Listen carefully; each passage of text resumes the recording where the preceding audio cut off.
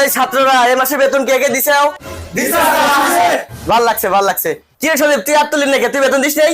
Sir আমি 2 মাসের বেতন একবারে দেব না। ও আচ্ছা ঠিক আছে। এনাজুল তুই ক 2 আর 2 কত হয়? স্যার 2 আর 2 4 হয়। হ্যাঁ গুড।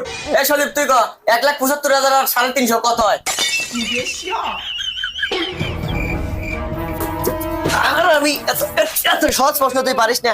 এই বিলাল তুই ক তোর আব্বার নাম কি? স্যার মিতু আব্দুল লতিফ। গুড। এ কত কঠিন প্রশ্নের উত্তর দিছে। এই সন্দীপ তুই ক পরিমণির নারীর নাম কি?